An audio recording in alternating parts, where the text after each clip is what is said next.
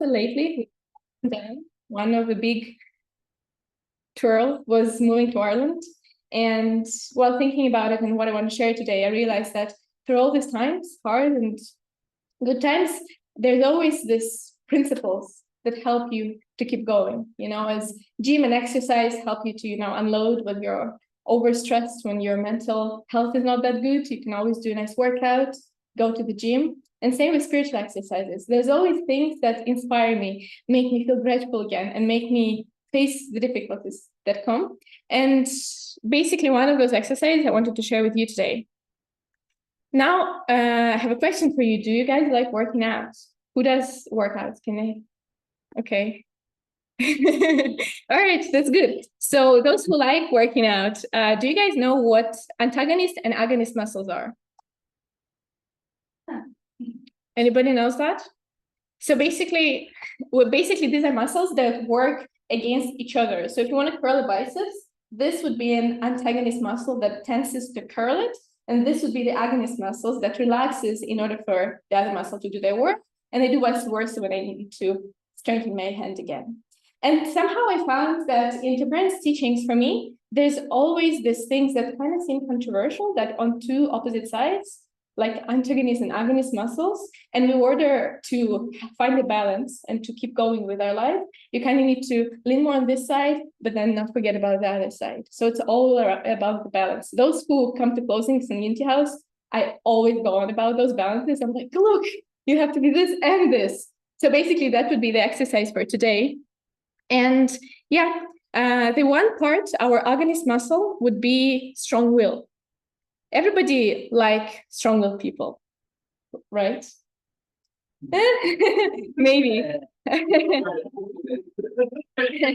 That is okay. It's a good question. But Japan always inspired people to become leaders, to become strong-willed, right?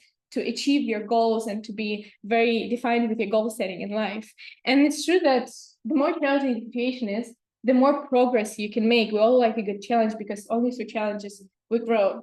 And in my life, I've always thought of myself as a very strong-willed person.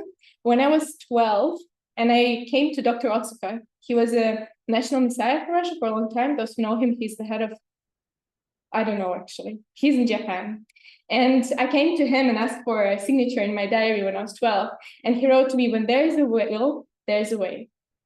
So this quote, when there's a will, there's a way, kind of stuck with me. And ever since then, I became this like stubborn, really strong-willed person.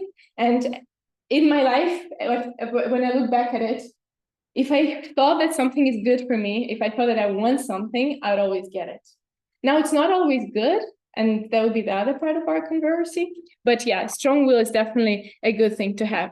And an example of a strong will in my life, just the easiest one, is how I got a dog.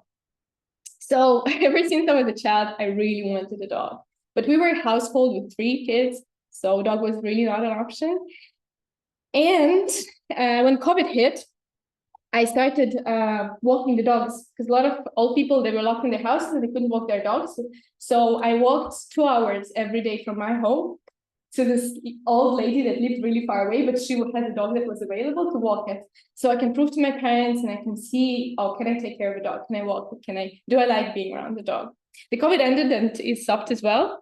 I didn't lose my faith. And a year later, when my family all left for the countryside, in summer, we all packed in Russia, like the cars full with dogs, children, luggage, everything, and we moved to the countryside. I stayed home because I had exams. And the minute they left, I decided to go out for groceries. And I see on the road this little cage with loads of puppies, like 10 puppies. I still have that video, but I decided to not put it here.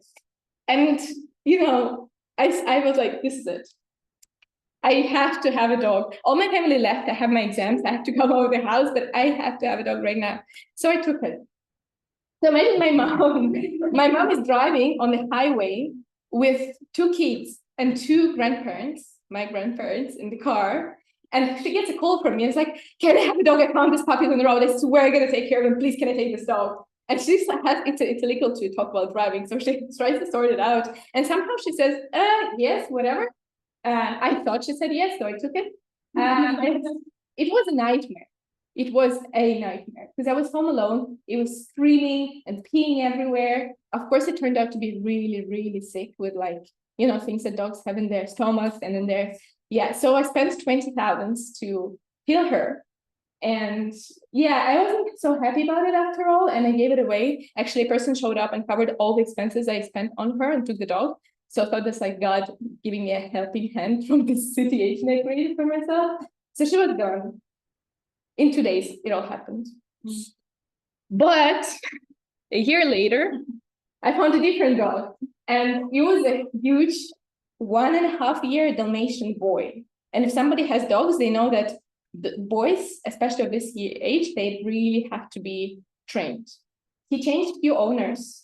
He wasn't trained. As you may know, he can have abandonment issues if he has a lot of owners. And it was a 5 hours drive from our home. I somehow hyped up all my family. We spent this 5 hours driving, again, with 3 kids. My sister was 4 by then, and nobody told us that you can't have a grown-up dog with abandonment issues when you have a 4-year-old in the house because he can scare her. We drove him back, absolutely terrified my whole family. My mom was out of her mind because the dog is like this. Our flat is 3 rooms. It's going around like terrifying everyone because he's always trying to like dominate and, you know, set his territory. So he spent the night like with me like this. I was scared to sleep because, you know, it's a big dog and I don't know him. So I just took a picture and I cried a little bit and I patted him and hugged him all night. And then the next day we drove another 6 hours to give him back. Some might say you should just give it up. Dogs seem not to be your thing. But the quote that I like is that a winner is just a loser who tried one more time. So a year later, we found this other shelter, and it seems like God finally gave up and like, okay, you can have it, because we found this really cute, nice puppy. It's a girl, and she was like 2 months old, and now she's much bigger. So I got my dog, moved out 2 years afterwards, but still got this 2 years with the dog, you know? And that's like, there's a really good parts of it, right? If you keep going, if you keep trying, if you have faith in yourself, you always can achieve whatever you want. When I was 5 years ago, I was 10 kg bigger, and I just wanted to be a model. And I went around places like, oh, can I model some clothes for you, whatever, I think we should. Everybody was like, why? But I just wanted it, and I can do that. Why not? And I did modeling for a year before I moved here. It happened.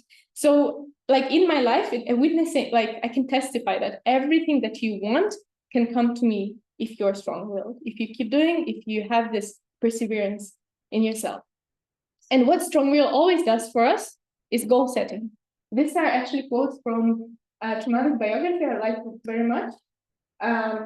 It's about the goals that we have to set in our life. And not only the goals, but we have to find people to walk with, you know? If you want to go far, you can go alone. But if you want to go faster and you can go further, you should go with someone. So the goal setting was always a part of our secondary education in Russia. I'm sure goal setting is something that you're very familiar with, right? But to be honest, when I finished school at 18, I had no idea what I want to do with my life. I think it's too early to finish school at that age because I can not know what my goals are. And, you know, people keep asking you, what's your dream? What do you want to be? You know, all these questions that you have somehow find an answer to. This is really complicated, right? But at the same time, we can't live without a goal in our lives. I can imagine it as a car ride, right? When you get in and you set a navigation, you have point A and you have point B where you want to get. And basically, that's how people see goals, right? You need to see where you're going to get and find a way to get there. If you don't have a goal, really, and I experienced it a lot in my high school because I didn't bother doing any goals. As I said, I didn't know what I'm going to be doing in my life. You basically become a taxi driver, pretty much, because you're surrounded by people who know they're going to be, and you're like, can you get me on? And you're like, sure, I don't know where I'm going, so I'm just going to drive you. And it can be your parents, your friends, your school, even your church. If you don't know why you're going there, you're basically a taxi driver. It's not your drive you're taking, right? So goal setting is very important because if you don't set the goals, you can just find yourself wandering somewhere you never wanted to be. just because he didn't care to think about it some more. So throughout our whole life, and I believe it's very important, you can ask yourself this question. It's not just a question you kind of have to answer in your 20s and then forget about it, but every year, every 2 years, every new phase in life, right? When I moved here to Ireland, I had loads of questions. What's it going to be like? What am I going to be doing there? Am I needed there? And I believe that these questions are very important to us to make this choice, because unfortunately, it's really hard to stay neutral, even in the modern society, as much as you don't want to avoid making a choice, for example, with politics, or some opinions, people want you to be opinionated. If you're not making the choice, this choice is being assumed, it's being made for you, basically, by other people. So this is very important. But the other side of the strong willingness, and that's what I mentioned a little bit in my dog story, is that having a really big, really defined goals can make you a prisoner of these goals, right? When I was thinking about it, I thought about Bruce, James and Rose's dog. He's obsessed with his ball, right? He has this ball and he's always with him. And, if he loses him, he doesn't think of anything until he finds it. But sometimes you come home and you see him staring under the couch. He keeps scratching the floor. He tries to get everyone to look for his ball under the couch because somehow he got this idea. And he will spend hours staring there, working his way through there, trying to make others to work on that. And the ball might not even be there. Sometimes it just happens, the ball is not there. And the people who set their goals really tight and they can never give them up, they sometimes behave like Bruce. You keep climbing it, you drop, you keep doing it again, even though you might at the end just be climbing, the wrong wall. And this is, for me, this is actually a really big disadvantage of being strong-willed. Because if I know what I want, if I'm I'm not giving up if I'm losing, how can I know that I'm going the right direction, right? And back to this question, right? That's what people ask you. But how can I define whom I'm going to be? Did I emerge, myself from myself? I'm not a creator. I was created by God, we're not how do you call it in the French principle? Not a reasonable being? Yeah, we're not a causal beings. And that's why it's always a question like, why am I supposed to define that? How can I know what am I going to be? Because I'm the creation of God, right? And also, what do you think is wrong with these questions? Do you have any ideas? Yeah, there's something like that, like denies all these questions that is wrong, whack. It won't be the questions we'll be asking ourselves here. What about I? Yes, exactly. What do I want to have? What kind of person I want to be? What kind of life I want for myself, right? It's all about what you want. But as we know, this is not how life is being built, right? It's not just about our wishes. We're not coming to this world just to live for the sake of ourselves. And this is where the agonist exercise for the strong willingness comes, which is humility. And this is the big part of our teaching, of the parents' teaching, the understanding that I am a part of something bigger. Each person here is a fruit of thousands years of history, millions of faces of your ancestors being put together to form your faith. Imagine that, right? Thousands of nations coming together, collapsing and rebuilding themselves again, just so you can be born in this exact time. And so because of that, we can't really define our life by asking ourselves what I want to do. There should be some other picture. And that's why people who only go by that, right? People outside of our church, outside of any church in reality, they get so lost because sometimes I don't want to do anything. Sometimes I want to be this, but I can't do it. I'm not built for it. My talents are not lying in this area. And so I think it's important in those questions, turn them in this kind of questions. And it has always been really hard for me. And I've always been standing out a lot because I'm an eldest child, always on stage, always doing something. I think of myself as quite a talented person. I think every person is very talented, honestly. But at the same time, I've been always told by our aunties and grannies in the community, you're not humble, right? And you just think, you just want to criticize me, right? This is something you can always say. But I was actually thinking, what does it mean to be humble? Okay, what does it take to become this type of person? What is a humble person? Just somebody that just says yes to everything and everyone and does whatever everyone else wants to do? But isn't it a taxi driver then, right? If I'm going to be only pursuing what others want of me and with me. And I realized that the way for me to be humble and to bring God in my life and my goals and in my journey, which actually is a very important part of living a happy life. Because when you feel God's hand in your life, you can't really suffer. Because whatever happens, you feel like, yes, this is the God. I'm still going the right way, you know?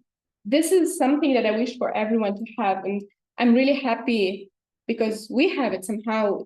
I have it in my life that I feel that God is guiding this. It's not just me pursuing this, God is with me. And with God by my side, I feel like, yes, this is the right goal. And yes, I will get there. Not with the first dog, not with the second, maybe not even with the third, but the fourth one will be the right one for me, right? And the way to let God in my life has always been to step back. I'm a very, how would you say it, dwelling, like hardcore person, like can be too intense maybe. And so sometimes when you like, I want to do this, I want to do that, and my schedule going to be this, this, and that, and in 5 years I'm going to be this type of person. There's no space for God. God kind of just stands here and be like, okay, like sure. I mean, it's all decided now, and that's why I feel that in our life it's so important to sometimes give the space and be like, okay, what do you think about it, God? Is this the right way? Here's the choice. What do you think is better? You know, and a good practice to do that actually in the prayer. You know, I'm always praying really hard and really like nonstop monologue. I don't find it hard to pray, but sometimes you don't need to talk in your prayer. Sometimes you need to listen, right? And a lot of answers and a lot of good thoughts came to me when I stopped talking and I was like, okay, God, what do you want to tell me? And you just think, and that's a really good way for God to talk to you. It's like, just try it. And also kind of like leaves the pressure of like, you need to say something in the prayer of you. You can just relax and listen. And in that way, you can think of what is the God's point of view on that. Does he think it's a good idea? And also another more practical way for me to get God to take part in my life, to take an ownership over my life, is a mindset of offering. I want to actually read this quote because I like it. Can somebody read it? Maybe you guys from the first row? You can read it 1, 2, and 3 maybe because there's 3 paragraphs. You can start. Your body, your mind, your heart, none of these started from you. When you look at yourself, you realize that you are connected to your ancestors. You are also the fruit of all your ancestors. Therefore, you should never take yourself lightly. You are not really yours, even if you appear to be yours. For the people, you are a present set to these. You are a present set to these people. Before your family, you are a present set to your family. By the same token, before your spouse, you are a present for each other. Before heaven and earth and the world, you are a present set to them. This you must understand. To offer material is to identify the Old Testament age. To sacrifice the flesh is to identify the New Testament age. And to serve the will of God with heart and tears is to restore the New Testament age. Mm-hmm. I like this part. I like thinking of myself as a present to everyone around me. Like, are you a present to your family? You know? Am I? I know I'm a present for James, that's for sure. But I won't say anything. yeah, it's really the opposite of being like, I want this, I want that, I want to make this out of myself. Am I a present to other people, you know? Am I bringing anything good to those to communicate with me? Am I lighting up the life of my family? And yes, so the first paragraph is about that nothing that is yours is really yours. And the way to, let's say, make God help you with whatever you're going for is to make part of it an offering for him. You know, for example, if I want to, I don't know, if I want to become a great dancer, I definitely had those ambitions when I was little to be a star, to be on the stages. You go for it, but part of it, make an offering from God. You know, you're very smart, you want to achieve really like big academic results, go for it. You're giving this for a reason, but part of it will be an offering to God, you know. And so this makes life really, really easy, because in the same way, if I'm thinking about it, I'm not proud to be a blessed child, and I'm not proud to be talented in any way because I'm better than others. I'm proud of all of that because it makes my offering really, really nice, right? I'm so grateful that I can do this, this, and this really well, because my offering to God will be the best, you know, I've ever can imagine. And this is true for every person, and each offering will be different. But that attitude, really offering like 10th of your life to God, right? I'm gonna do this, and this is how I'm gonna offer it to the providence, to my community, to in whatever way God wants you to serve people. And like, as I said, I think my biggest passion is arts, dance, and culture. And yeah, I think I have pictures. Yeah, this is me. But because I always offered part of it to God, it gave me amazing community, wonderful workshops, which also strengthens your skills. You know, you gain skills that not too many people can gain in their life. This is our dance group, and we've been on stages of so many countries. I don't know if I ever could dream of choreographing performances that are being shown on the, you know, international stages. I don't know if I went for it myself, would I get there? Maybe, probably in like 40 years, maybe I wouldn't get there. But with God, I was there when I was 18, right? Things that God can bring you if you're taking him with you on your journey, wherever you want to go, are just millions of times bigger than ones that you would achieve alone, right? And the blessing, right? It's actually not our blessing, it's the year afterwards. But the blessing is our biggest offering if we have the right heart for it.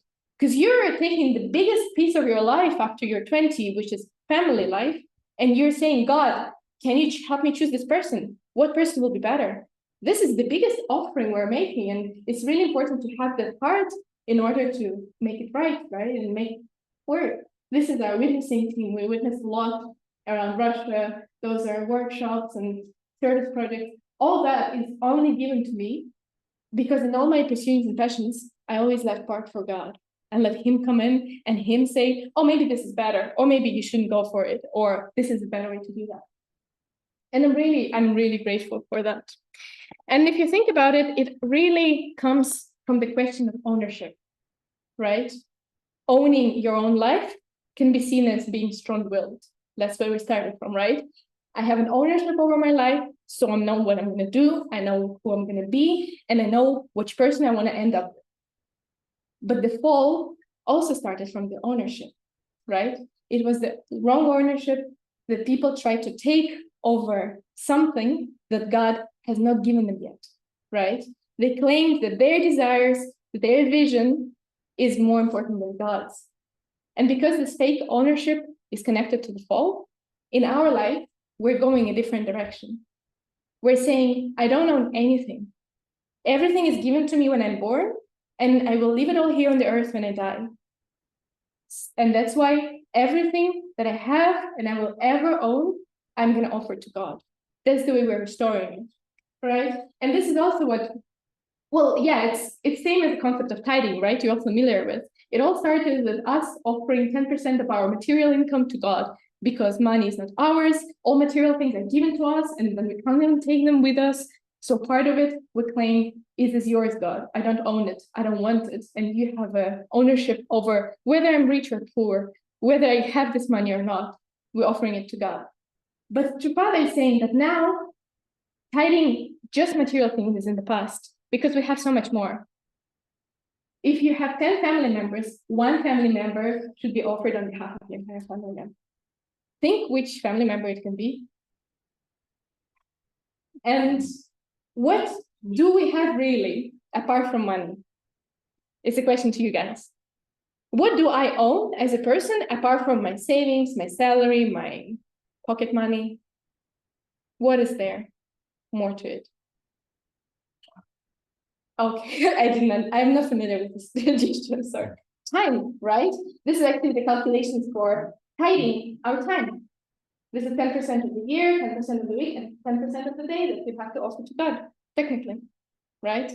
Apart from time, there's our energy, there's our passion, there's our talents, which are so unique. Then in this room, we can't find two people with the same talent, with the same thing they're good at. We can't, because it's so unique and it's so not same. I can't put it any other way. And 10% of all of it should be offered, right? It's really interesting to think about it. And then we can be true owners of our life, because we're owners on behalf of God, because God is granting us this ownership instead of us claiming it. Yeah, and so just to conclude, I think every single person obtains a unique and such a precious gift, right? Oh no, it's okay? No, it's not. It's fine, go back. All right. Yeah.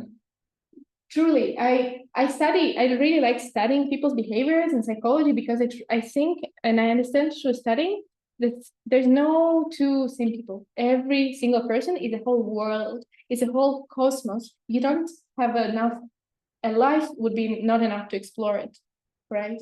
And to parents are saying that we are born not for the sake of us, right? We're born for the sake of love, we live for the sake of love, and we die for the sake of love.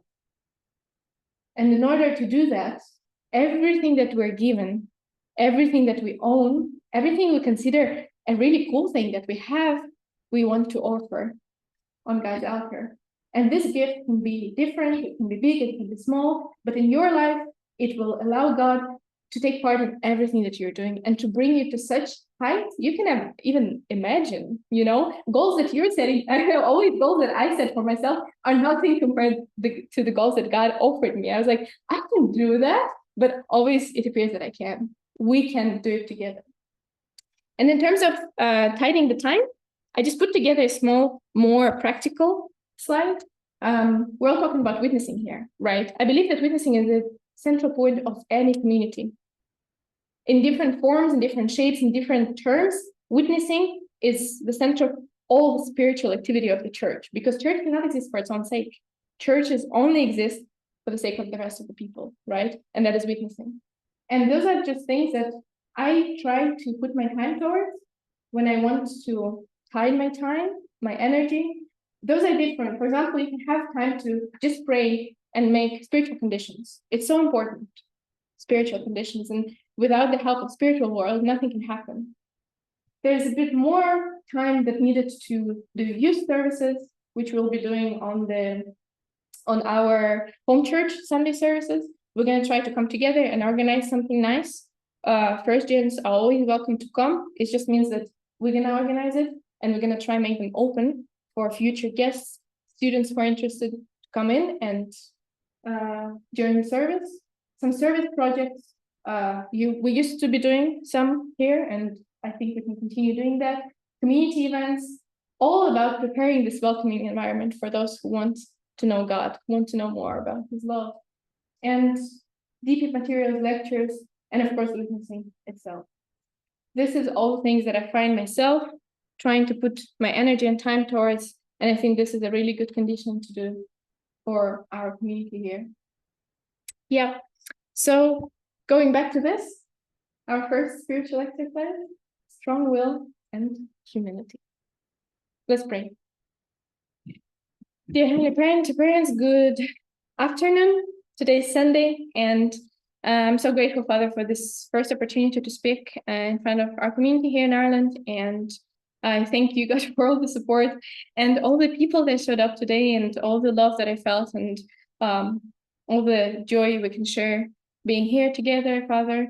And I really hope that you can speak to us through everything that happens to us, especially on Sundays, so we can hear you and we can know your will, and we can obtain your wisdom over certain things. I pray so we can always be strong-willed and persuasive, so we can always perceive those things that we want in our life, that we feel are right, that we can never give up and always strive towards things that we feel strongly towards and feel that are important, because we always know that as long as we are humble, as long as we're listening, as long as we are walking with you, God, and letting you in our life, anything is possible. And we want to live our life with you, God, and we want to offer everything we have to you, God. And I just pray so that you can accept any offering that any of us has to bring unto your altar, God, because we all bring them with a heart of gratitude and pure love and desire to serve you and to make you happy and to make your heart feel better, Father. I pray so that you can bless us all for the coming week. I pray so that everything goes well for the people who came today and who are joining through Zoom, and to have your blessing for everything that is planned. Thank you so much for everything, and I pray about this in my name, Valeria McManus, blessing family. Thank you.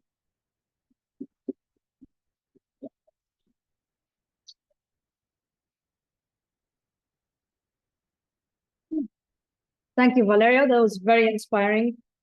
I just wanted to say that I really like the mention of strong will and humility, because these are two very important qualities that, in my opinion, take you to be a successful person, because true success does not come from what you have. It comes from being the best person that you can be. And you can't do that, you can't grow unless you have strong will and you don't already assume you're the best, right? On another note, for those of you who don't know, yesterday we had a hike with the second gens. We took some time to reflect in pairs. We were spending a lot of time together in nature, and we all had a really good time. And we're going to listen now to a testimony from Doyle. So let's invite him up.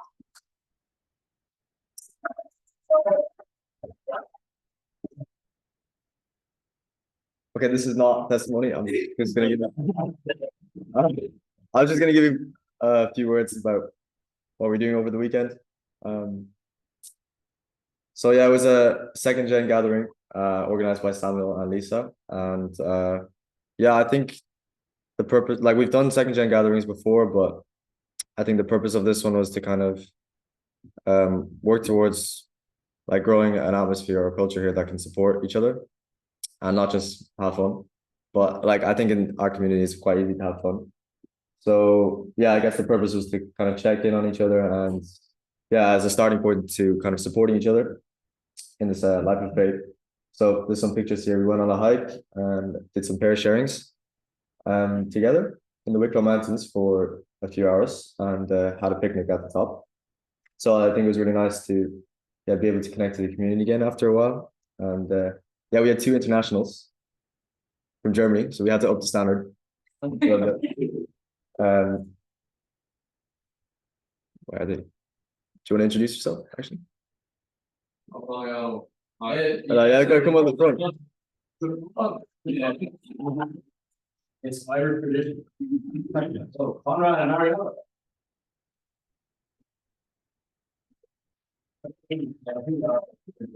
Right here.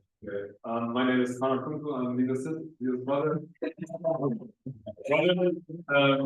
Yeah, I'm participating in Dublin to see the community, to visit family, and have a good time, and yeah, also for this gathering to connect a lot of people here. So I got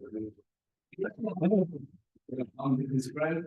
Certainly, we just did it. High school, both of us, and we following up. With the friends, and yeah, so over here. What's your name again? Mariano. I'm family name. Oh, totally for Thank you. Thank you.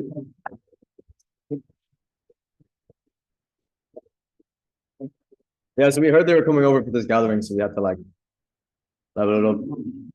But yeah, it was a really nice hike, and we had a picnic at the top, and afterwards came back and had a dinner prepared by Rory. It was very lovely. So we're very grateful to him. And Yeah, I had also in the evening had a testimony by Lisa and Samuel about their matching journey, which was very inspiring. And yeah, very encouraging for us as youngers to hear that and to see the standard of their matching. It's quite inspiring. So I think it was a very big success, and yeah, we just really appreciate that time together. That was more meaningful. And yeah, had a small prayer evening at the end, so it was quite a good day. And yeah, looking forward to doing more things like this.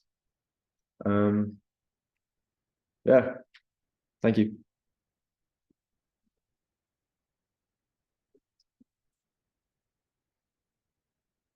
Thank you, Doyle. And my bad, I don't know it wasn't gonna be a testimony. Anyway, we're going to move on to the closing song now, which is Make Room. Just about this song, I think maybe probably many people don't know this. We sang this also yesterday.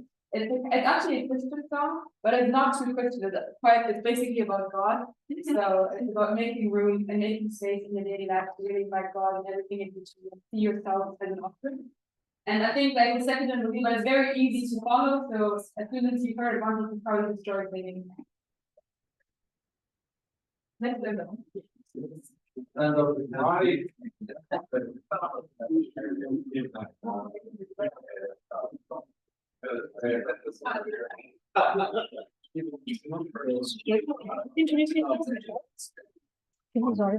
Okay. In class, I think not last week. So I wasn't here. Well, yeah, of course, but announcements after the song.